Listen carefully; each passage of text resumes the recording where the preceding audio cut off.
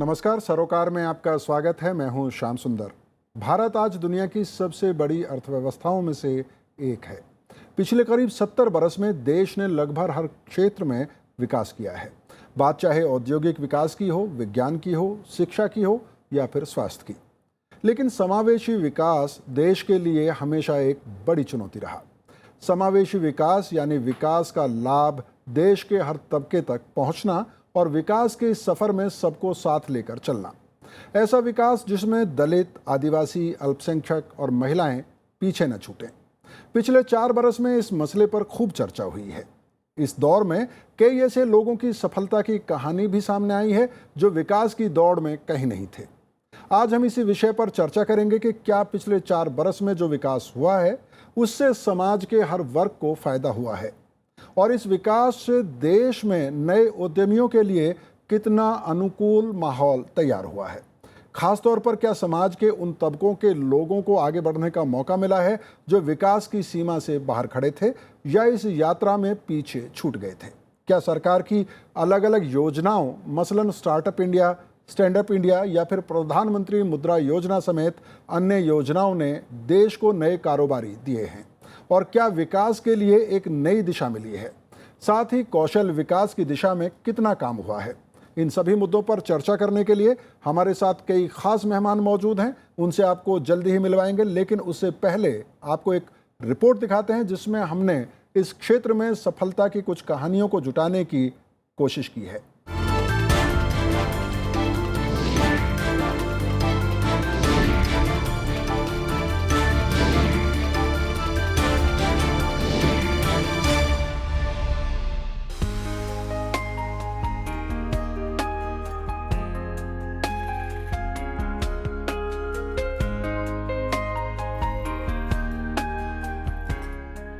फरीदाबाद के संदीप सिंह पीएसपी थर्मोपैक के मालिक हैं। इनकी थर्मो पैकेजिंग कंपनी सालाना करीब 4 से 5 करोड़ रुपए का कारोबार कर रही है। कुछ बरस पहले तक अपने लिए काम की तलाश में परेशान संदीप आज 22 लोगों को रोजगार दे रहे हैं। मैंने मैनुअल यूनिट के साथ स्टार्टिंग की थी। कुछ सेकेंड हैंड मशीनों को लेकर मैं लाइन में आया था। फिर उसके बाद जब मैं आगे मार्केट में निकला अपने प्रोडक्ट को बेचने के लिए, तो वहाँ पे कुछ ऑटोमेटिक प्लांट्स के कंपटीटर मेरे सामने खड़े हुए थे, जिनकी वजह से मैं बाज़ार को फेस नहीं कर पा रहा था। फिर मेरे को पता चला कि पीएमईजीपी के तहत इजीली एक लोन प्रोवाइड हो जाता है। मैंने उसकी फाइलिंग की, जो भी उसका प्रोसेस था वो फुलफ़िल किया और मुझे इजीली एक लोन जल्द से जल्द प्रोवाइड किया गया। बैंक से मुझे इजीली मिल गया। मैंने उसके बाद सेमी ऑटोमेटिक मशीनें परचेज करके और कुछ कैपिटल मेरे अकाउंट में आने के बाद मैंने उसके साथ जब बाज़ार में मैं निकला तो मैं उन कंपटीटरों के साथ में बड़ा ईजीली उनको कंप्लीट करके बीट करता हुआ उन्हें आगे निकलता चला गया। पलवल में संध्या एंटरप्राइजेस की मालकिन संध्या भी करीब 20 महिलाओं को रोजगार दे रही हैं। लोन लेने के बाद मैंने मशीनें बढ़ा ली हैं, काम बढ़ा है, ऑर्डर्स मेरे पास आ रहे हैं, उससे सोर्स तो बढ़ी रही है, आर्थिक प्रॉब्लम तो ऑलरेडी दूर ही हो रही है। इसी तर्ज पर रुपेश कबीरा और रवि कुमार भी बेरोजगार नौजवानों की भीड़ से निकल के अब नए उद्यमी बन गए हैं और इनके यहाँ इन दिनों कई लोग काम कर रहे हैं। ये कहानियां हैं शहरी नौजवानों की, लेकिन वित्तीय समायोजन से दूर ग्रामीण और आदिवासी इलाकों में भी नए उद्यमी पैदा हो रहे हैं। ओडिशा के कोरापुट जिले में कोटपाड़ की मीरा चलान के पिता तुलाराम जड़ी बूटियों के जानकार हैं। इलाके में इनके पिता के ज्ञान का लोग लोहा मानते हैं, लेकिन इसके बावजूद वो आर्थिक तंगी से परेशान रहते थे। मीरा की ख्वाहिश थी कि वो पिता के कारोबार में नई जान डाले। प्रधानमंत्री मुद्रा योजना से मिले 5 लाख के कर्ज ने मीरा के सपनों को मानो पंख दे दिए। खुद कूट के बनाते थे, बहुत ज़्यादा मर जाते थे, हम लोग दे नहीं सकते थे। इसीलिए ना मैं गवर्नमेंट से बोल के पीएमआर एक लोन किए, वही हिसाब से मेरे को 5 लाख दिए। 5 लाख में ना हमको उसका आशीर्वाद जैसा हम लोग समझते हैं, क्योंकि वही इस पैसे से हम लोग अभी अच्छे हैं, दुकान भी अच्छा चल रहा है, दवाई भी ला लिए, मशीनरी भी ला लिए। इसीलिए ना सब दवाई खरीद के ना 4 लाख पूरे दे दिए हैं, लोन पूरे दे दिए। अब 1 लाख है देने के लिए। ये कहानियां उन उद्यमियों की हैं जो समाज के कमजोर और दलित तबके से आते हैं। दरअसल 2014 में सत्ता संभालने के बाद प्रधानमंत्री मोदी के सामने रोजगार पैदा करना सबसे बड़ी चुनौती थी। इस चुनौती से निपटने के क्रम में मोदी सरकार का सबसे पहला बड़ा कदम आया अप्रैल 2015 में। देश के गरीब और मध्यम वर्ग को ध्यान में रखते हुए प्रधानमंत्री मुद्रा योजना शुरू की गई। इस योजना के तहत बिना गारंटी के 50,000 से 10 लाख रुपए तक के कर्ज की व्यवस्था की गई। इस योजना के तहत पिछले 4 बरस में 10 करोड़ लोगों को अपना कारोबार शुरू करने के लिए 4 लाख करोड़ रुपए का लोन दिया जा चुका है। और इस बात का अंदाजा लगाया जा सकता है कि अगर 10 करोड़ लोगों को अपना कारोबार शुरू करने का मौका मिला है तो उन्होंने और भी लोगों को इस रोजगार से जोड़ा होगा। मुद्रा के अलावा इनोवेशन को बढ़ावा देने के लिए जनवरी 2016 में स्टार्टअप इंडिया की शुरुआत की गई। दलितों, महिलाओं और आदिवासियों को सबल बनाने के लिए स्टैंड अप इंडिया योजना शुरू हुई।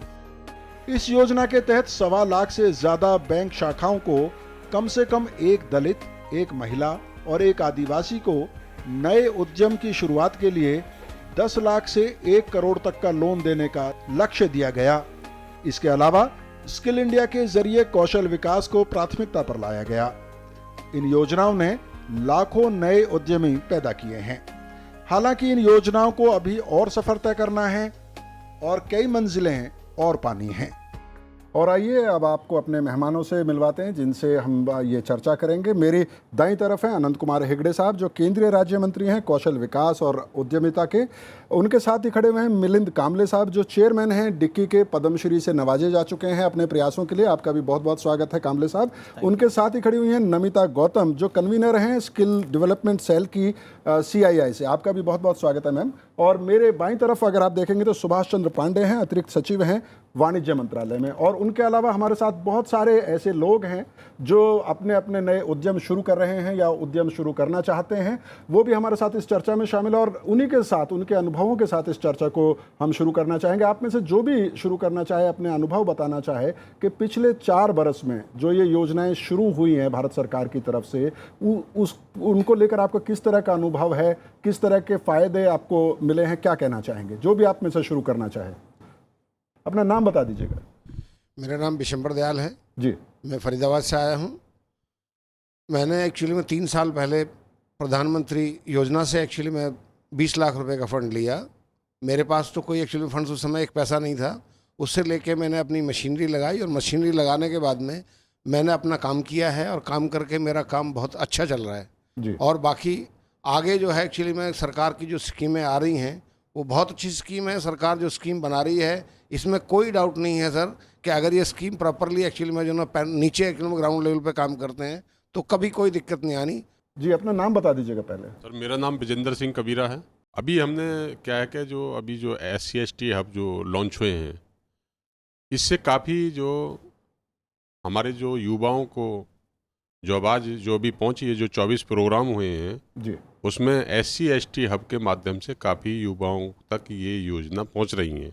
इसी तरीक़ा से आने वाले टाइम में जगह जगह हर ज़िले के अंदर अगर हमारे इसी तरीक़ा से SC/ST हब, स्टार्टअप इंडिया के माध्यम से और ये जो अगर प्रोग्राम होते रहेंगे तो मैं ये कहता हूँ कि ज़्यादा दिन दूर नहीं है कि जब हमारी योजना है जो प्रधानमंत्री PMG योजना है, SC/ST हब है, स्टार्टअप इंडिया है, जो जल्दी ही वो लोगों में चली जाएंगी। बहुत अच्छा सरकार का जो अभी जो मुहिम है बहुत अच्छी है। अभी 3 सालों में पहले स्कीमें होती थी लेकिन उसका पता नहीं होता था, लेकिन आज प्रधानमंत्री जी भी और हमारे जो क्या नाम है आपके थ्रू भी काफ़ी इनका चर्चा हो रही है और पैनल पे काम भी हो रहा है। तो मैं तो यही कहूँगा कि जिस तरीक़ा से अभी इस मुहिम को आगे बढ़ा रहे हैं तो इसमें थोड़ी सी और गति देने की ज़रूरत है, जो हमारे जन जन SC/ST और जो आदिवासी क्षेत्र तक ये सुविधाएं पहुंच सकें। थोड़ा सा बैंकर्स के लिए मैं फिर भी कहना चाहूँगा कि मैं भारत सरकार और इस योजना के तहत जो स्कीमें बहुत अच्छी हैं, लेकिन बैंकर्स अभी उसको देने में हिचकिचाते हैं। वो सोचते हैं कि आदिवासी हैं या SC हैं, कहाँ से पैसे देंगे। ऐसा कुछ ना समझें। हम लोग क्वालिटी के साथ काम करना चाहते हैं, हम लोग अपनी पेमेंटें देना चाहते हैं, हम लोग काम करना चाहते हैं। और कोई आप में से बात करना चाहता है? जी, अपना नाम बता दीजिएगा। I am Jaipal Singh ji, from Faridabad. हमारे ग्रामीण परिवेश में बहुत सारे जो नवयुवक हैं, पढ़े लिखे बेरोजगार अभी घूम रहे हैं जी। उन तक ये परियोजनाएं पहुंच तो रही हैं, लेकिन उनको अभी तक इसका अवेयरनेस नहीं है, उनको जागृति नहीं है इस चीज़ की आई है कि हम किस तरह से आगे बढ़ें। तो मैं चाहूँगा कि सरकार से अवेयरनेस कैंप वगैरह इस तरह के लगाए जाएं ताकि वो आगे बढ़कर इन चीज़ों का फ़ायदा ले सकें। हाँ, अपना नाम बता दीजिएगा। सुमेधा भाटिया जी। मैं ये बोल लाइक एक गर्ल के होने से रूरल इंडिया में जो है हमारा गर्ल को एंटरप्रेन्योर तक नहीं भेजा जाता, जो हमारी मेंटालिटी बन चुकी है। ऑल्दो जो मेल डोमिनेटिंग सोसाइटी हम लोगों को पता है वो एजुकेटेड इतना भी नहीं है कि अपनी गर्ल्स को वो आगे लेके जाएं, और अगर इन केस गर्ल मना भी लेती है अपने पेरेंट्स को कुछ बिजनेस के लिए, बट स्टिल बैंक में जाके उन्हें वो फैसिलिटी प्रोवाइड नहीं होती है कि लाइक कभी इस सेक्टर में भेजा, कभी उधर भेजा कि लाइक आप वेंडर नंबर इधर चले जाओ। तो उसके लिए क्या हमें स्टेप उठाने चाहिए, उसको इंटरवीन। जी, हम लोग आएंगे आप लोगों के पास, आपके पास फिर आपको मौका देंगे, आप लोगों से बात करेंगे। लेकिन अनंत कुमार हेगड़े जी आपके पास आना चाहेंगे।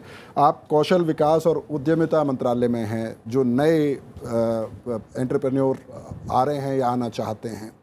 पिछले 4 साल में बहुत सारी स्कीम्स आई हैं, बहुत सारी पॉजिटिव स्टोरीज़ भी हैं, सक्सेस स्टोरीज़ भी हैं, चुनौतियां भी हैं। लेकिन अगर पिछले 4 साल का अभी तक का आपसे मैं पूछूं कि कितने सेटिस्फाइड हैं आप सरकार के प्रयासों से? मेरा यहाँ आकर के बस 3 महीना हुई है जी। फिर भी सरकार पिछले 3.5 साल से अपना चल रहा है।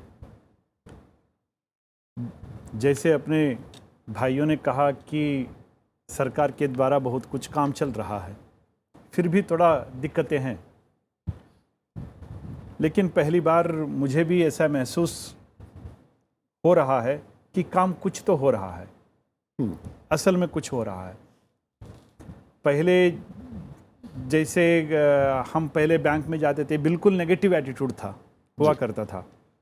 अब कम से कम आकर के बोल देते हैं कि हाँ ठीक है, हम देख लेंगे, करेंगे। काम भी हो रहा है। अभी आपने आपके प्रेजेंटेशन में कहा कि 10 करोड़ से ज़्यादा मुद्रा लोन ले चुके हैं पूरे देश में। ये छोटा आंकड़ा नहीं है। उसमें से 3 करोड़ से ज़्यादा लोग पहली बार बैंकिंग इस कक्ष में दायरे में आए हैं। ये बहुत बड़ा बात है। तो इसलिए सरकार का प्रयास बस हमने शुरू किया है, समय लगेगा। 120 करोड़ की आबादी है, उससे ज़्यादा भी है, तो समय थोड़ा ज़्यादा लगेगा, लेकिन हमें विश्वास है सरकार पहुंचेगा। जी। जो भी चाहते हैं, जो भी मांगे हैं, जो भी खामियां हैं, बिल्कुल हम समझने का कोशिश करेंगे और उसका हल करने का क्या तरीका है, रास्ता ये है, बिल्कुल हम ढूंढेंगे। जी, मिलिंद कामले साहब आपके पास आना चाहूँगा। जैसा अनंत कुमार हेगड़े साहब ने कहा कि 10 करोड़ का आंकड़ा कोई छोटा नहीं होता है, और जब 10 करोड़ लोग अपना कारोबार शुरू करते हैं तो नेचुरली हमने जैसे अपनी रिपोर्ट में भी देखा कि उस कारोबार से और भी लोग जुड़ते हैं और भी लोगों को रोज़गार मिलता है। आप काफ़ी लंबे समय से दलित उद्यमियों के बीच में ख़ास तौर पर काम कर रहे हैं, उनको बढ़ावा देने के लिए काम कर रहे हैं। क्या आप ये मानते हैं कि सकारात्मक पहल हुई है और एक जो मानसिकता थी बैंकों की कह लें या इस्टेब्लिशमेंट की कह लें, वो बदल रही है? कभी एक बार हमारे पूर्व प्रधानमंत्री जी ने गरीबी हटाओ का नारा दिया था, मगर मैं उसको इससे अगर जोड़ के देखूं, मुद्रा के तहत 10 करोड़ लोगों को 4 लाख करोड़ का लेंडिंग हुआ है। मुझे लगता है ये सबसे बड़ा वित्तीय समावेशन हमारे देश का है। ताकि ये गरीबी हटाओ नहीं तो ये अमीरी बढ़ाओ का नारा है, ऐसे मुझे लगता है, और जो हमारे प्रधानमंत्री जी ने दिया है। मैं एक एंटरप्रेन्योर हूँ और 30 साल से उद्यमिता में काम कर रहा हूँ और एक चेंबर चला रहा हूँ। जो पर्टिकुलरली जो शेड्यूल कास्ट और शेड्यूल ट्राइब के जो लोग हैं, उनको इस स्कीम से बहुत ही बड़ा लाभ मिल रहा है। जैसे अभी जो 10 करोड़ मुद्रा के अंतर्गत जिन लोगों को लोन मिला है, उसमें 15%, 15% are from schedule caste and schedule tribe beneficiary. फिर माइनॉरिटी है, OBC, lower rung of OBC, लगभग 70% जो मुद्रा के बेनिफिशियरी है वह बॉटम ऑफ द पिरामिड है। और इसको मेन स्ट्रीमिंग करने के लिए ये मुद्रा बहुत बड़ा रोल प्ले कर रहा है। देखिए, शेड्यूल कास्ट और शेड्यूल ट्राइब की जो पॉपुलेशन हमारे देश में है वह 30 करोड़ है। हम सुनते हैं 125 करोड़ हमारे देश की पॉपुलेशन है, उसमें 25% शेड्यूल कास्ट और शेड्यूल ट्राइब की पॉपुलेशन, तो वो 30 करोड़ हो गई। अब इस 30 करोड़ में 18 से 35 इस उम्र का जो हमारा डेमोग्राफिक डिविडेंड है, जो 65% युवा हमारे देश में है, तो ये 30 करोड़ के 65% लगभग 19 करोड़ इस देश में शेड्यूल कास्ट और शेड्यूल ट्राइब के यूथ है। सबको तो नौकरी नहीं मिलेगी, तो नौकरी नहीं मिलेगी तो सरकार का काम ये बनता है कि लाइवलीहुड के लिए, आगे बढ़ने के लिए कुछ ना कुछ नए अवसर पैदा करे।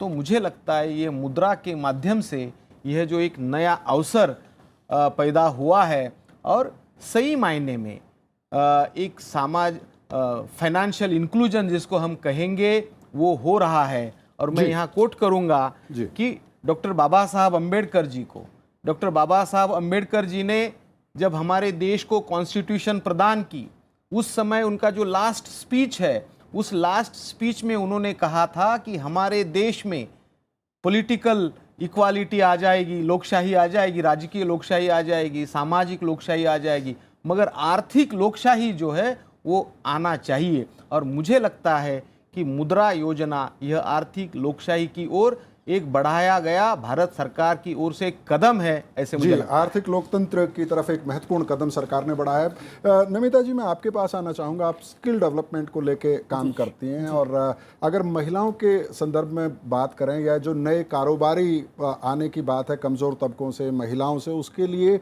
कौशल विकास एक बड़ा मसला है कि कम से कम उनके पास वो स्किल होनी चाहिए जिससे कि उनके अंदर ये आत्मविश्वास आए कि वो कोई काम शुरू करना चाहते हैं। इस मोर्चे पर आपका अनुभव क्या कहता है, कितना काम हुआ है?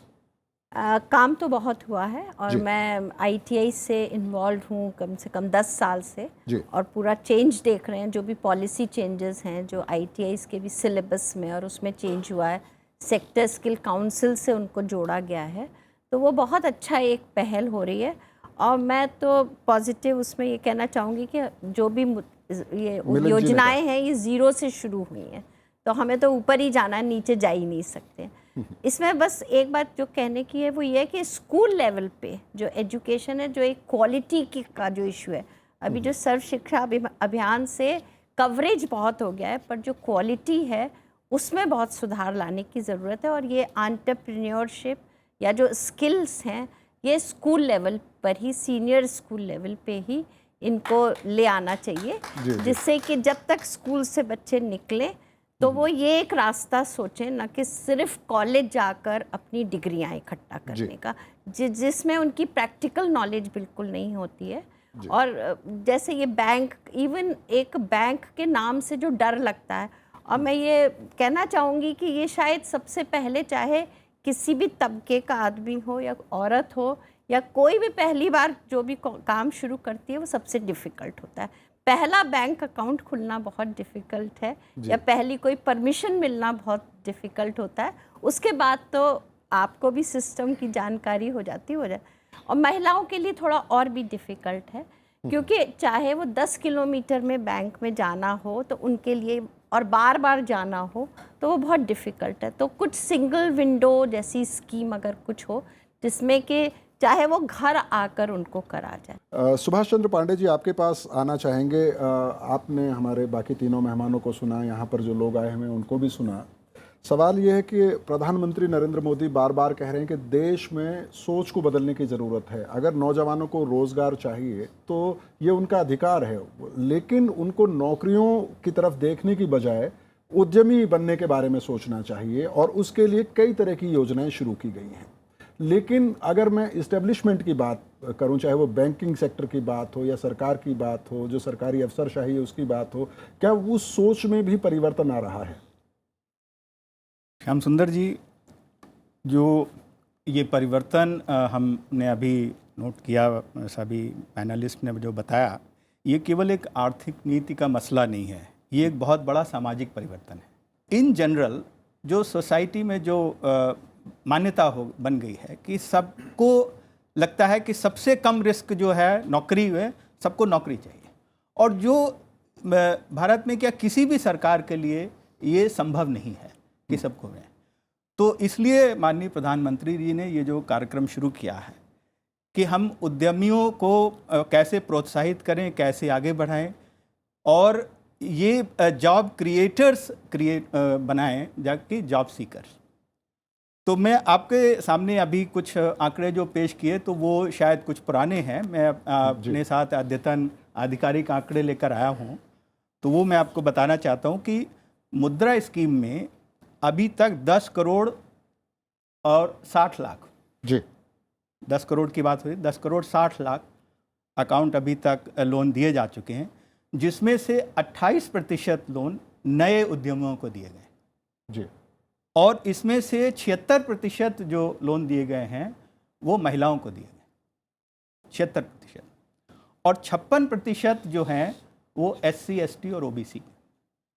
तो ये अपने आप में बड़े चौंका देने वाले आंकड़े हैं और ये तो नंबर्स हैं, नंबर ऑफ बेनिफिशियरीज का। अगर फाइनेंशियली भी देखें जी तो पिछले 3 सालों में 4 लाख करोड़ नहीं, 4,73,000 करोड़ रुपए का लोन स्वीकृत हुआ है। और ये आंकड़ा कितना बड़ा है इसको आप अनुमान लगाने के लिए ये कंपेयर कर सकते हैं कि इससे कुछ कम सरकारें जो है सालाना सब्सिडीज़ पे खर्च करती। तो अगर कोई प्रोग्राम सरकार का फ्री कुछ चीज़ देने का होता है, सब्सिडी या ग्रांट देने का होता है, उसमें इतने इम्प्लीमेंटेशन चैलेंज नहीं होते हैं। लेकिन ये जो स्कीम है, केवल महिला होना या केवल दलित होना एक इसके लिए एक आवश्यक है जी लेकिन ये पर्याप्त नहीं है अपने आप में, क्योंकि ये एक लोन है। तो जो आगे आ रहा है उसको ये भी सोच कर लेना है कि ये हमें कोई खैरात नहीं मिल रही है, ये हमें लोन है और हमें लौटाना पड़ेगा। और ये भी मैं समझता हूँ बड़ी अच्छी बात है कि जो हमारे व्यक्तिगत ऋण लेने वाले हैं उनमें कंप्लायंस कहीं ज़्यादा है। हमारे जो कॉरपोरेट बारोवर्स हैं उनके मुकाबले जो इंडिविजुअल बारोवर्स हैं उनमें कंप्लायंस बहुत ज़्यादा है, सेंस ऑफ ऑनर बहुत ज़्यादा है। तो इसलिए ये जो कुछ भी कुछ निजी अनुभव हो सकते हैं जी कि बैंकों से सहयोग नहीं मिला, लेकिन ये आंकड़े अपने आप में खुद एक कहानी कहते हैं जी। जो दूसरी स्टैंड अप इंडिया स्कीम है जिसमें हर बैंक ब्रांच को 2 अकाउंट खोलना था, एक महिला और एक दलित, उसमें भी करीब 1.25 लाख बैंक ब्रांचेज हैं, तो उसके हिसाब से 2.5 लाख अकाउंट बनने चाहिए। तो अभी तक 50,000 से ऊपर हो चुके हैं, यानी 20% अभी तक टारगेट। और तीसरी जो मैं बताना चाहता हूँ स्टार्टअप इंडिया, ये इससे भी आगे बढ़कर है जी कि जिसमें ये जो अभी तक स्कीम है कि जिसमें एक इंडिविजुअल कुछ लोन लेकर अपना कुछ बिजनेस शुरू करता है, जो कि ऐसे बिजनेस पुराने भी होंगे, पहले ही होंगे, कुछ नया नहीं है। लेकिन स्टार्टअप इंडिया एक ऐसे बिजनेसेस जिनका बिल्कुल नया आइडिया हो। तो हम देखते हैं विश्व स्तर पर इसे फेसबुक है, अमेज़न है, ओला, उबर, एयरबीएनबी, पेटीएम, तो ये बड़े बड़े जो ब्रांड बने ये नए बिजनेस आइडियाज़ को लेके बने और उसको लेके स्टार्टअप इंडिया कार्यक्रम ये शुरू किया गया है। और आपको ये जान के खुशी होगी कि हमारा जो स्टार्टअप इंडिया हब है उसमें इस समय 23,000 से ज़्यादा रजिस्ट्रेशन है जी और 18,000 जो उसमें इंडिविजुअल्स हैं जी, 4,000 के करीब स्टार्टअप्स हैं जो नई कंपनियां खुली हैं इन्होंने जी। और अभी तक हम लोगों ने करीब 6500 स्टार्टअप्स को रिकॉग्नाइज किया है और जिसमें करीब 100 के करीब उनको टैक्स बेनिफिट्स भी मिल रहे हैं जी। तो ये एक शुरुआत है। अगर हम इसको देखें कि उनको कितना फाइनेंशियल सपोर्ट मिला है तो वो भी सिडबी के माध्यम से सरकार ये कर रही है कि अगर हम किसी नए स्टार्टअप में कोई इन्वेस्टमेंट चाहिए तो पूरा का पूरा इन्वेस्टमेंट सरकार नहीं देगी, उसको सिडबी के माध्यम से एक हिस्सा उसका दिया जाएगा ताकि दूसरे स्टेक होल्डर्स भी उसमें कंट्रीब्यूट करें। जी। तो सुभाष वो भी चंद्र करीब 1,000 करोड़ का हुआ है। जी, मैं फिर आपके पास लौटूंगा, लेकिन आपने जो एक महत्वपूर्ण बात कही है अनंत हेगड़े जी, उस बात को लेकर मैं आपके पास आना चाहता हूँ। सुभाष चंद्र पांडे जी ने जो आंकड़े रखे और जो तथ्य रखे उसमें एक बहुत इम्पॉर्टेंट बात यह है कि जो नए उद्यमी और ख़ास तौर पर जो कमज़ोर तबकों से जो उद्यमी आए प्रधानमंत्री मुद्रा योजना के तहत या दूसरी योजनाओं के तहत जिनको मदद मिली, उन्होंने बैंक का कर्ज लौटाने में देरी नहीं की। वो एक स्वाभिमान उनके अंदर पैदा हुआ, एक उद्यमी का स्वाभिमान पैदा हुआ। स्वाभिमान के साथ साथ वित्तीय मदद के साथ साथ कौशल, स्किल बहुत ज़रूरी है। अगर मैं आपसे पूछूं, क्योंकि आप इस मंत्रालय से जुड़े हैं, कि जो कमज़ोर तबके हैं जिनको स्टैंड अप इंडिया के माध्यम से प्रधानमंत्री चाहते हैं कि वो स्वाभिमान के साथ जिएं, अपना रोज़गार करें, स्किल डेवलपमेंट के मोर्चे पर किस तरह की योजनाएं बनाई गई हैं, किस तरह की मदद उनको दी जा रही है? पांडे जी ने जो कुछ कहा है बिल्कुल सही है। बहुत बड़े आंकड़े हैं ये छोटे आंकड़े नहीं है, फिर भी ये शुरुआत है। पिछले 70 साल में जो हम सोच नहीं पा रहे थे, अभी हम धीरे धीरे एक एक करके कदम बढ़ा रहे हैं। हाँ, बैंकों की तरफ से अभी कर्ज मिल रहा है, अपने बंदे लोन लेकर के अभी काम शुरू करेंगे। लेकिन सही सवाल आपने उठाया है, स्किल कहाँ से है, कहाँ से आता है। इसलिए कई प्रकार से हम प्रयास शुरू किया है, लोअर एंड से लेकर के हायर लेवल तक। नीचे के लेवल से हम PMKVY, प्रधानमंत्री कौशल विकास योजना, इसके तहत लाखों की तादाद में अपने युवाओं को हम ट्रेनिंग देते हैं, शॉर्ट टर्म ट्रेनिंग देते हैं। इसमें और एक खासियत है, हम अब तक जो कन्वेंशनल स्कूलों में पढ़े हैं वहाँ से सर्टिफिकेट मिलता था, आसानी से मिल जाता था। ये जो स्किल है ये आसानी से मिलने वाला नहीं है, मेहनत का ज़रूरत होता है। इसलिए बार बार अपने प्रधानमंत्री जी कहते हैं मानसिकता बदलने की ज़रूरत है। जब तक अपने पसीने का दाम मालूम नहीं पड़ेगा तब तक ज़िंदगी में हम खड़े नहीं हो पाएंगे। स्किल वो सिखाता है, ये सर्टिफिकेट कोर्स नहीं है, मेहनत का कोर्स है। नीचे के लेवल से हम शुरू करते हैं हायर एंड तक, जैसे हमने कहा PMKVY। उसके बाद हर एक जिले में हम PMKK सेंटर, प्रधानमंत्री कौशल केंद्र, हम शुरू कर रहे हैं। उसमें 300 से ज़्यादा अभी काम शुरू कर दिया है। कई बार ये शॉर्ट टर्म स्किल ट्रेनिंग से कुछ नहीं होता है, दुनिया बदल रहा है, तेज़ी से बढ़ भी रहा है, इसलिए हाई एंड स्किल का भी ज़रूरत होता है। इसलिए एडवांस ट्रेनिंग सेंटर्स है, जो भी इंडस्ट्री चाहे वहाँ अपने बंदों को भिजवा सकते हैं, दे कैन गेट ट्रेन्ड। उसके बाद स्किल यूनिवर्सिटियाँ भी खुल रही है, 7 स्किल यूनिवर्सिटी फ़िलहाल अभी काम शुरू कर दिया है। उससे ऊपर जाकर के हमने सोचा है Indian institute of skill, Kanpur में अपने प्रधानमंत्री जी ने शुरू किया जी, फाउंडेशन स्टोन डाल करके। हमें पहले ये सोच था कि देश के 4 ओर, उत्तर, दक्षिण, पूर्व, पश्चिम में एक हम इंडियन इंस्टीट्यूट ऑफ स्किल हम शुरू करेंगे।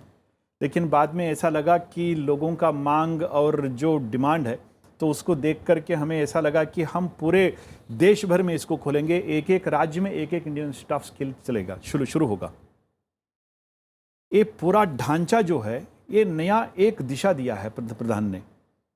इसलिए इस पूरे वर्टिकल को देखने के लिए, एडमिनिस्ट्रेशन के लिए ISDS, Indian skill development service, एक नया कैडर हमने शुरू कर रहे हैं।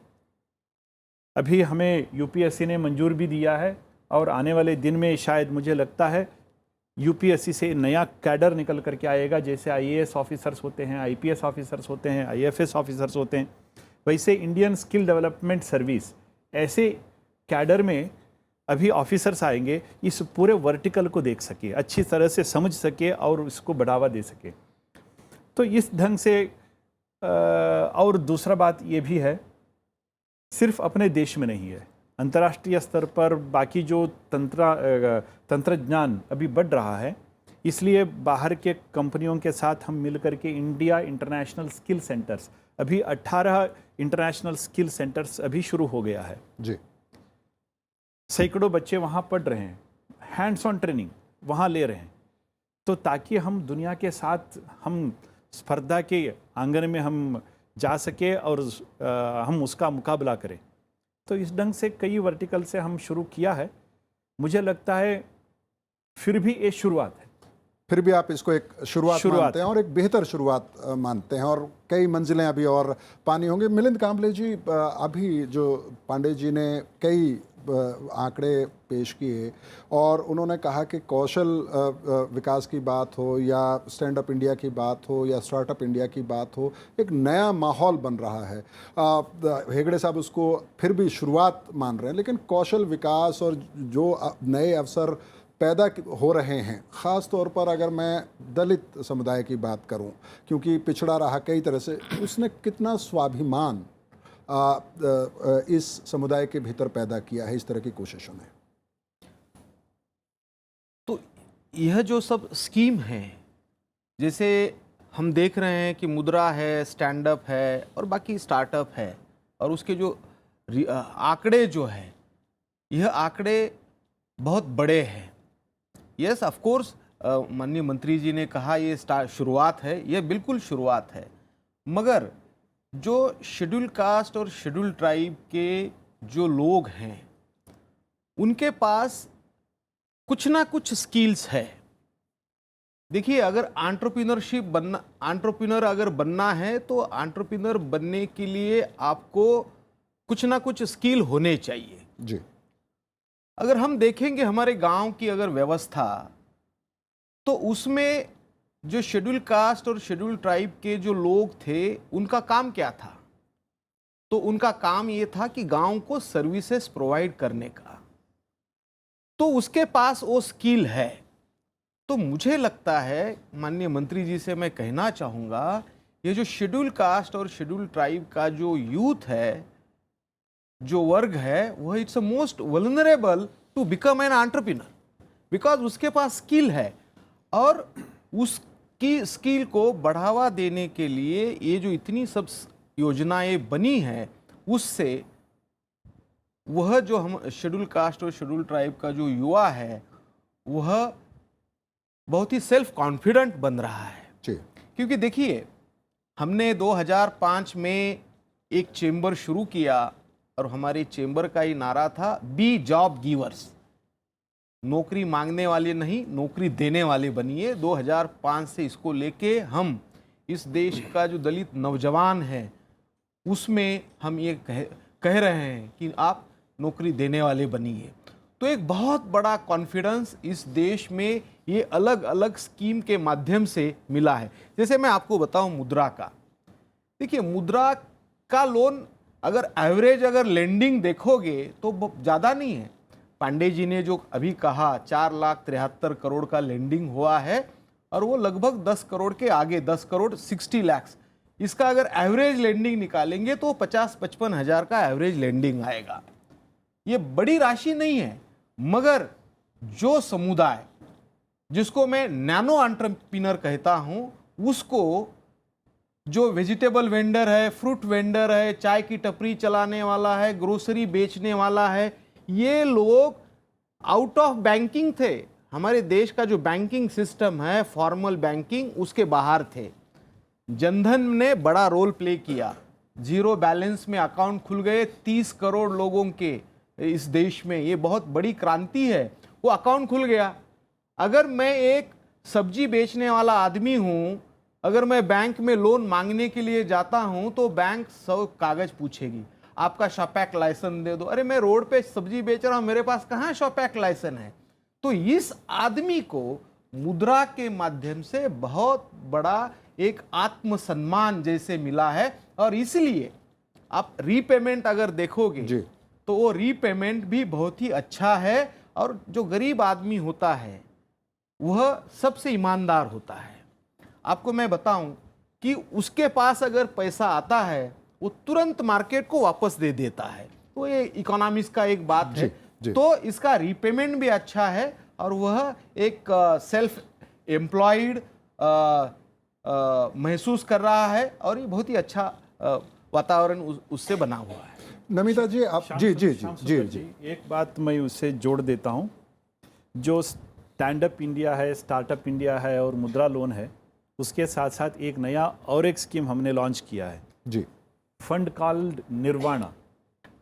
ये जो नैनो एंटरप्रेन्योर्स का जिक्र किया मिलिंद साहब ने, ऐसे बहुत सारे लोग होते हैं जिनके पास 10 रुपया भी नहीं होता, 50 रुपया भी नहीं होता, ऐसे बहुत सारे लोग होते हैं, गरीब लोग होते हैं। तो उन लोगों के लिए, ऐसे एंटरप्रेन्योर्स के लिए हमने एक नया स्कीम शुरू किया है। आइडियाप्रेन्योर्स क्लब बना रहे हैं हम, अभी कर्नाटक से हमने शुरू किया, पूरे देश भर में हम करना चाहते हैं। उसमें 2 लाख 3 लाख का अगर छोटा सा अमाउंट अगर ज़रूरत हो, 10,000 का, 20,000 का, 50,000 का, 1 लाख का, 2 लाख का अगर ज़रूरत हो, तो बैंकों के पास जाने की कोई ज़रूरत नहीं है। हम chamber of commerce, FICCI, ASSOCHAM, ऐसे इंडस्ट्री हाउसेस, बिजनेस हाउसेस जो है, उसके साथ जुड़ करके हम काम करना चाहते हैं। डायरेक्टली अपने कंज्यूमर, अपने टारगेट ग्रुप वहाँ तक पहुँचना चाहते हैं। ये बहुत अजीब सा स्कीम है, सुनकर के आपको भी आश्चर्य लगेगा जी। मानो कि इनमें से अगर कोई ऐसे एंटरप्रेन्योर बनना चाहते हैं, चैम्बर ऑफ कॉमर्स, डिक्की हो या कुछ हो, तो उस बंदे को लेकर के आते हैं, बस, और कुछ नहीं चाहते हम, कोई सर्टिफिकेट नहीं चाहते हैं, कोई पेपर वर्क कुछ नहीं जानते। बस मिलिंद साहब ने कहा कि ये बंदा मेहनती है, एक काम करेगा, वो सक्सेस होंगे, मुझे विश्वास है, बस उसके भरोसे हम उसको पैसा दे देते हैं जी, सुन लेते हैं, एक बार एवेल्यूएशन फॉर्मेलिटीज़ के लिए करते हैं, दे देते हैं। 1 साल में अगर वो लोन रिपेमेंट करते हैं तो कोई इंटरेस्ट नहीं है। 1 से 2 साल के बीच में अगर करते हैं तो 4% इंटरेस्ट है। 2 से 3 साल के बीच में अगर करते हैं तो 8% इंटरेस्ट लेते हैं। मानो कि एंटरप्रेन्योर बनना बहुत कठिन है जी, लॉस हो गया, कामयाब नहीं हो पाए, क्या करें? तो मिलिंद साहब के साथ साथ उस बच्चे को भी हम फांसी लगवा दें, क्योंकि मिलिंद साहब ने लेके आए थे। ऐसा नहीं करते, क्योंकि हम भरोसा रखते हैं अपने लोगों पर। हम बुलाते हैं क्योंकि 3 साल तक वो लगातार कोशिश किया जी, एक ही विषय पर ध्यान दिया, मेहनत किया, इसलिए उस बच्चे को हम फिर वापस लाते हैं। बेटा, आपने 2 लाख लिया था ना, कामयाब नहीं हो पाए थे ना, जी, चिंता मत करो, हम 4 लाख देंगे आपको, बढ़ाओ जी। तो हम अपने इस जो बंधु है, जो दलित वर्ग से आते हैं, जो पिछड़े वर्गों से आते हैं, गांवों से आते हैं, मार्केट का पहुंच नहीं होता है और समझदारी नहीं होते है, ऐसे लोगों को हम बीच में छोड़ते नहीं है। ये सरकार उन लोगों के लिए, उनका हाथ पकड़ के चलने उन के लिए लोगों के लिए है, उसका जी, हाथ पकड़ करके हम भी जाएंगे और उन लोगों को भी लेके जाएंगे। इस तथ्य के साथ हम जा रहे हैं। जी अनंत कुमार जी, मैं आपके पास आना चाहूँगा। नमिता जी, महिलाओं की दृष्टि से अगर ये देखें, दिल्ली में आपने कहा कि आपने महिलाओं के लिए एक ITI को अडॉप्ट किया हुआ है। महिलाओं के लिए उद्यमी बनना कितना महत्वपूर्ण है, कितना उनके लिए आसान या मुश्किल है? नहीं, मुझे लगता है इससे अच्छा तो कुछ है ही नहीं कि वो अपनी मालकिन खुद हो। सबसे बड़ी तो ये बात है कि किसी और के लिए काम नहीं करना, अपनी मालकिन खुद हो। और सबसे बड़ी बात उसमें और सेटिस्फैक्शन की बात है, अपने हिसाब से आप उसको चला सकते हैं। छोटे से छोटा काम कर सकते हैं, बड़े से बड़ा जब चाहें उसको बड़ा कर सकते हैं। जो यंग विमेन या जो और यंग गर्ल्स हैं, उनके संग जो कुछ इश्यूज आते हैं कि उनकी शादी हो गई, कहीं और चले गई, या बच्चे हुए तो ब्रेक लग जाता है, तो उस समय के लिए जॉब तो अगर या तो छोड़ो, या सबके पास तो आजकल जॉइंट फैमिली सिस्टम नहीं है, तो वो बहुत मुश्किल हो गया है कि जॉब्स कंटिन्यू करो। और इसीलिए इवन एट हायर लेवल के जो भी जॉब्स हैं, उनमें भी मिडिल लेवल तक आते आते काफ़ी ड्रॉप आउट्स लेडीज़ को करना पड़ता है। तो इन सब स्थितियों को देखते हुए ये बहुत ही अच्छी शुरुआत है। और मैंने भी जब अपना बिज़नेस यहाँ पर शुरू करा या ज्वाइन करा, तो इसीलिए किया था क्योंकि जो फ्लेक्सिबिलिटी होती है अपने काम के तरीके की, जिस समय बच्चों को हमारी ज़रूरत है तो हम वहाँ हैं, जिस समय काम को ज़रूरत है तो हम वहाँ हैं, और जब चाहे उस काम को जितना चाहे बढ़ा सकते हैं। और ये जो अभी आपने कहा कि जो एक आत्मसम्मान की बात है, और ये जो एक विश्वास की बात जो इस सरकार ने लोगों में करी है, तो इससे पहले ये था कि अगर आप बिज़नेस कर रहे हो तो आप चोर हो। जी, ये एक तो मानसिकता एक बेहतर थी। माहौल हुआ है। हाँ, सबके लिए थी ये मानसिकता। आप चाहे किसी भी डिपार्टमेंट में जाएं गवर्नमेंट में, चाहे वो टैक्सेशन का हो, चाहे सेल्स टैक्स का हो, आपको एक इसी नज़र से देखा जाता था कि आप चोर हो। वो एक बहुत बड़ा बदलाव आया है कि सब ये जो पॉजिटिव उससे कि ये ईमानदार है unless you prove it wrong. जी, पहले बिल्कुल उल्टा था कि आप चोर हो unless you prove it right. Subhash Chandra Pande ji, संक्षेप में आपसे जानना चाहूँगा, नमिता जी ने जो सवाल उठाया, एक तो कि जो प्रदर्शन है अलग अलग स्कीम्स का वो स्टेट वाइज उसमें बड़ा फ़र्क नज़र आता है। एक तो ये इसकी क्या वजह है और इसको कैसे करेक्ट किया जा सकता है, और दूसरा कि जो बार बार यहाँ से बात हुई, अभी अनंत कुमार हेगड़े जी ने कहा कि उनको ना गारंटी की ज़रूरत है, ना वो कौन लोन मांगने आ रहा है उसकी हैसियत देखनी है, और प्रधानमंत्री भी बार बार ये कह रहे हैं कि अगर आप मेहनती हैं, अगर आप उद्यमी हैं, उद्यम शुरू करना चाहते हैं तो आप को हम मदद करेंगे, आपको बैंक से लोन मिलेगा, आप अपना काम शुरू कीजिए और लोन रीपे कर दीजिए। लेकिन क्या हैसियत अब सचमुच में मायने नहीं रखती है? और ख़ासतौर पर महिलाओं की अगर बात करें, क्योंकि आमतौर पर उनके नाम पर ना घर होता है ना ज़मीन होती है, और गांवों की अगर बात करें तो पशुधन तक भी महिलाओं के नाम पर नहीं होता है अगर वो लोन लेना चाहें। तो क्या इस स्थिति में बदलाव आया? क्या ये एक सामाजिक सच्चाई है, सरकार को इस बात का एहसास है और उसको ख्याल में रख के आगे बढ़ा जा रहा है? ये बात सच है कि पिछले कुछ वर्षों में इस बारे में जागरूकता बढ़ी है, और एक दो महत्वपूर्ण मुद्दों पर मैं इसको रेखांकित करना चाहूँगा। पहली चीज़ तो ये कि पहले सोच ये थी कि केंद्र सरकार ने कोई नीतिगत निर्णय लिया और उसके बाद अब इसका इम्प्लीमेंटेशन स्टेट्स की जिम्मेदारी। तो जो स्टेट्स ज़्यादा प्रोग्रेसिव एडमिनिस्ट्रेशन के साथ कर रहे हैं वहाँ ज़्यादा अच्छे रिजल्ट दिखेंगे, जो पीछे हैं वो पीछे रहेंगे। तो केंद्र सरकार एक मूकदर्शक की तरह नहीं रहेगी कि जो जहाँ ये आपका सौभाग्य या दुर्भाग्य है कि आप देश के किस भाग में हैं। बड़ा बदलाव ये आया है कि अब सरकार ने कॉम्पिटिटिव फेडरलिज्म को बढ़ावा दिया है। तो तरह तरह की रैंकिंग के माध्यम से एक स्टेट्स के बीच में प्रतिस्पर्धा पैदा की जाती है कि कौन इसमें ज़्यादा अच्छा काम कर रहा है और किस तरह से उसको बढ़ावा दिया जाए। तो एक तो ये और इसके उदाहरण कई उसमें देखने को मिल रहे हैं। मैं इसी का ही उदाहरण इंडस्ट्रियल पॉलिसी प्रमोशन में ईज़ ऑफ डूइंग बिजनेस। आपको मालूम हुआ कि भारत को सबसे 142 रैंक से ग्लोबल 100 रैंक पर आ गए 3 साल में, और ये बड़ी मार्के की चीज़ है क्योंकि ये सारा असेसमेंट 2 सिटीज़ पर है, दिल्ली और मुंबई। लेकिन साथ साथ सरकार ने शुरू किया कि सारे स्टेट्स में कौन ज़्यादा बिजनेस फ्रेंडली है उसके लिए कंपटीशन और रैंकिंग। तो अब जो मतलब एक सुखद अनुभव ये है कि स्टेट्स एक दूसरे से प्रतिस्पर्धा कर रहे हैं कि कौन ज़्यादा रिफॉर्म करता है, कौन ज़्यादा बिजनेस फ्रेंडली होता है, और इसमें कोई भी जीते अंततः देश जीतता है जी, और वहाँ के लोग जीतते हैं, वो लोग जीतते हैं। तो दूसरा परिवर्तन ये हुआ है कि जहाँ आपने कहा महिलाओं के भी कि कई ऐसी स्कीम्स में ऐसे आमूलचूल परिवर्तन किए गए हैं कि जिसमें कि महिलाओं की भागीदारी बढ़े।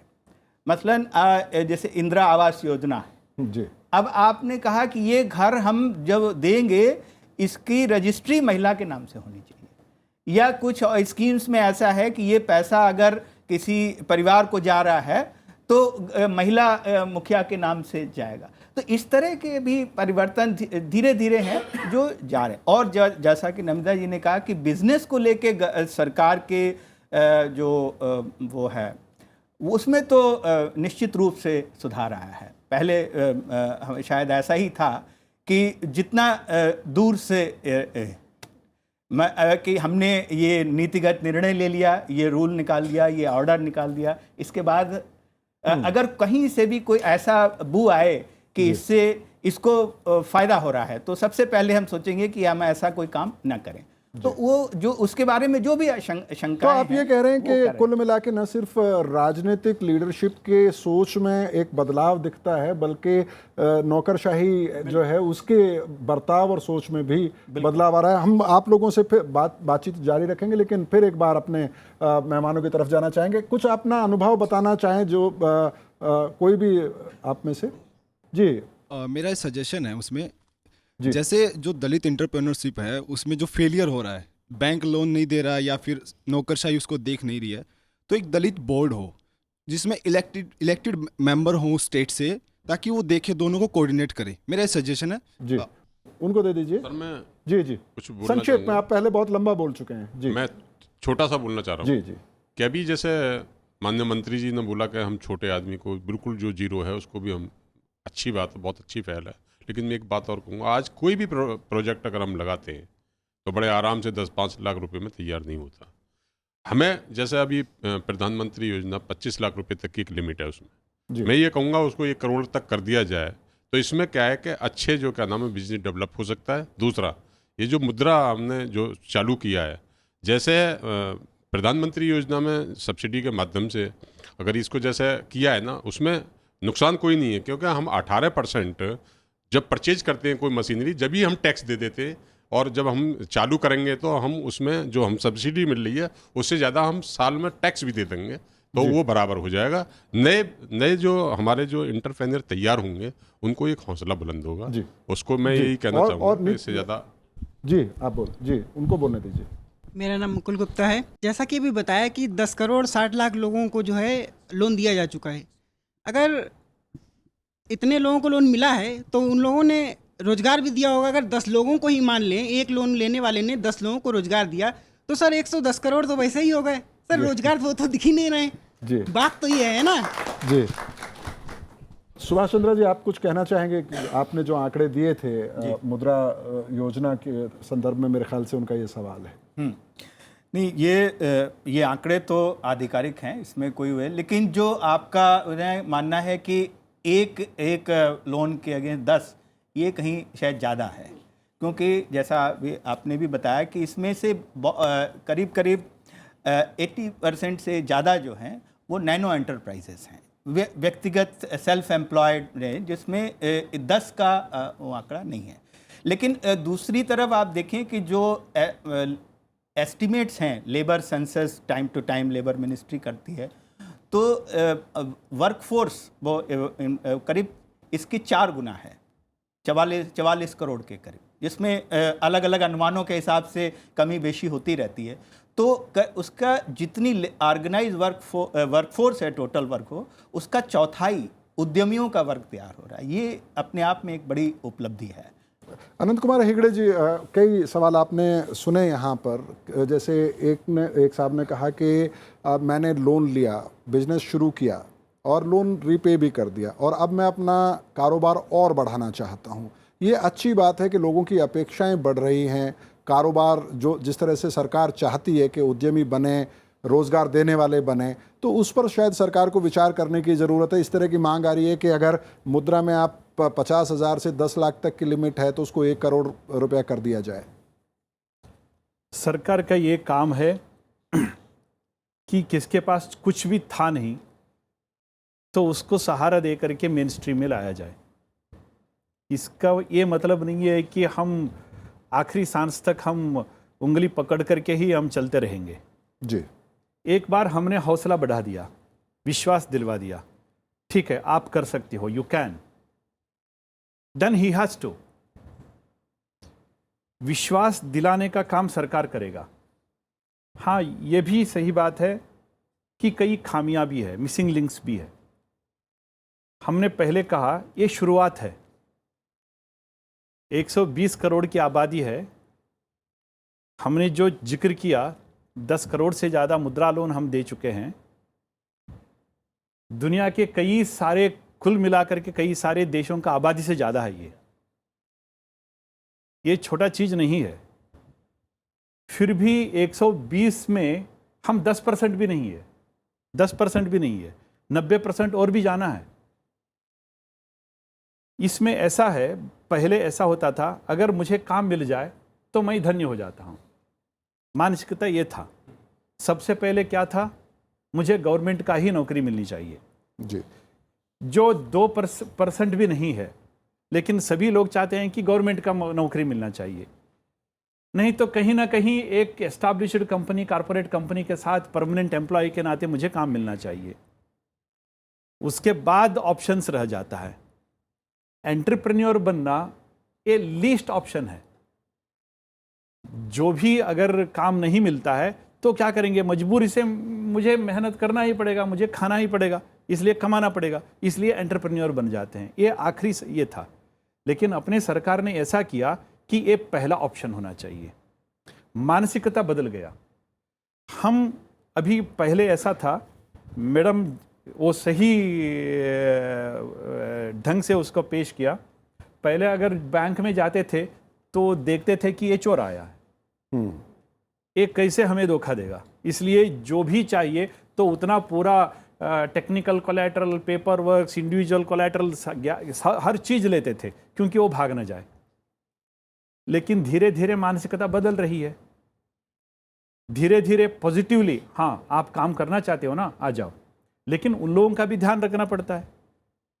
बैंकों में पैसा कैसे आता है, ये लोगों का ही पैसा है ना जी। अगर बाद में कुछ ना कुछ गड़बड़ हो जाए तो देश का क्या होगा, उन लोगों को जिम्मेदारी है।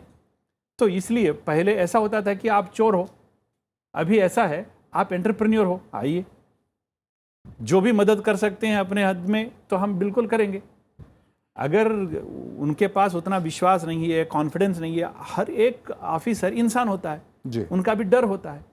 अगर बाद में रिपेमेंट नहीं हुआ हो तो उसको लटका देंगे हम, बैंक वाले उसको लटका देंगे, वो भी डर रहता है। इसलिए धीरे धीरे मानसिकता बदल रही है। और जिस रफ्तार में हम जा रहे हैं, भाई साहब ने सही कहा कि अगर एक आदमी, एक एंटरप्रेन्योर 10 लोगों को अगर काम देते हैं तो पूरे देश में काम मिल जाता है। इसलिए हम एंटरप्रेन्योरशिप को जोर दे रहे हैं। कितने लोगों को काम दे सकते हैं हम, कितनी कंपनियां हैं जी। तो इसलिए एंटरप्रेन्योरशिप को जोर इसलिए दे रहे हैं कि आप भी कमाओ, उसके साथ साथ और भी 2-3 लोगों को साथ में लेकर के चलो। सरकार का सोच बदला है, साथ ही साथ समाज को भी अपना सोच बदल करके सरकार का साथ देना होगा। पहली बार अग्रेसिव जा रहे हैं हम जी। मिलिंद कांबले जी, कार्यक्रम का समय ख़त्म हो रहा, बहुत संक्षेप में जी। नहीं, उन्होंने जो कहा कि मैं मिनिस्ट्री ऑफ एमएसएमई के साथ हम लोग काम कर रहे हैं कि एक माइक्रो स्मॉल और जो एंटरप्राइज जो है वह 5 लोगों को एम्प्लॉयमेंट देता है।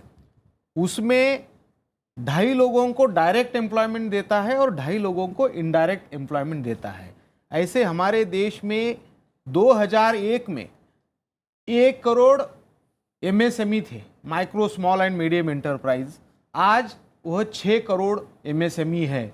तो उसके माध्यम से वो एम्प्लॉयमेंट मिला है, 2 लोगों को एम्प्लॉयमेंट मिलता है, आप ऐसे पकड़िए। और मुद्रा के अंदर जो है लोगों का भी देखिए, एम्प्लॉयमेंट के बदले सेल्फ एम्प्लॉयमेंट की ओर हमारे देश के युवाओं का जो ज़्यादा उस तरफ वो दिखता है उधर जाने का, तो वो सेल्फ एम्प्लॉयमेंट ज़्यादा बढ़ रहा है। ये एक बात। सिर्फ मैं स्टैंड अप इंडिया के बारे में कहना चाहूँगा तो देखिए, मुद्रा में 50,000 से 10 लाख कोलैटरल फ्री, जो शेड्यूल कास्ट और शेड्यूल ट्राइब के सबसे ज़्यादा उसमें बेनिफिशरी हो सकते हैं। स्टैंड अप में 10 लाख से 1 करोड़ तक का लोन है। जो आपने कहा क्रेडिट लिंक सब्सिडी, वो नहीं हुई है, मगर शेड्यूल कास्ट के लिए एक वेंचर कैपिटल फंड बनाया हुआ है जिसमें 50 लाख से 15 करोड़ तक की का सपोर्ट उसमें मिलता है। उसमें भी लगभग 80 लोग बेनिफिशरी बने हैं इस देश के। मगर मैं आपको एक बताऊं कि हमने स्टैंड अप इंडिया को सरकार के अलग अलग स्कीम के साथ जोड़ दिया है। जैसे अभी पेट्रोलियम मिनिस्ट्री का मैं आपको उदाहरण दूं, पेट्रोलियम मिनिस्ट्री का जो ट्रांसपोर्ट बिजनेस होता है, इंडियन ऑयल, बीपीसीएल और आईओसीएल का, उनका अभी ट्रांसपोर्ट का जो टेंडर आया है उसमें उन्होंने स्टैंड अप इंडिया को लिंक किया है। तो बड़े जो बुलेट ट्रक है वह लगभग 4,000 उनको SC ST एंटरप्रेन्योर से वो परचेस करेंगे, वो स्टैंड अप को लिंक किया है। और हमने लास्ट में मैं ये बताना चाहूँगा कि स्टैंड अप इंडिया को सक्सेसफुल बनाने के लिए हम सरकार से बात कर रहे हैं, ministry department of financial services से, और एक मास्टर प्लान बनाया है। हमने हमारे देश के 100 कारपोरेट्स हाउसेस जो है, जिनके बहुत ही अच्छे ब्रांड है, जिसको फ्रेंचाइजी मॉडल बोलते हैं, उनके साथ हमने टाई अप किया है। और एक 500 डिस्ट्रिक्ट को, हमारे देश के जो है लगभग 709 डिस्ट्रिक्ट है, उसमें से 500 डिस्ट्रिक्ट को आइडेंटिफाई किया है और हर डिस्ट्रिक्ट में 100 SC/ST एंटरप्रेन्योर को स्टैंड अप इंडिया को लिंक करके उद्यमी बनाएंगे। तो यह संख्या 500 × 100 50,000 की अगले साल में शेड्यूल कास्ट और शेड्यूल ट्राइब के उद्यमी बनेंगे।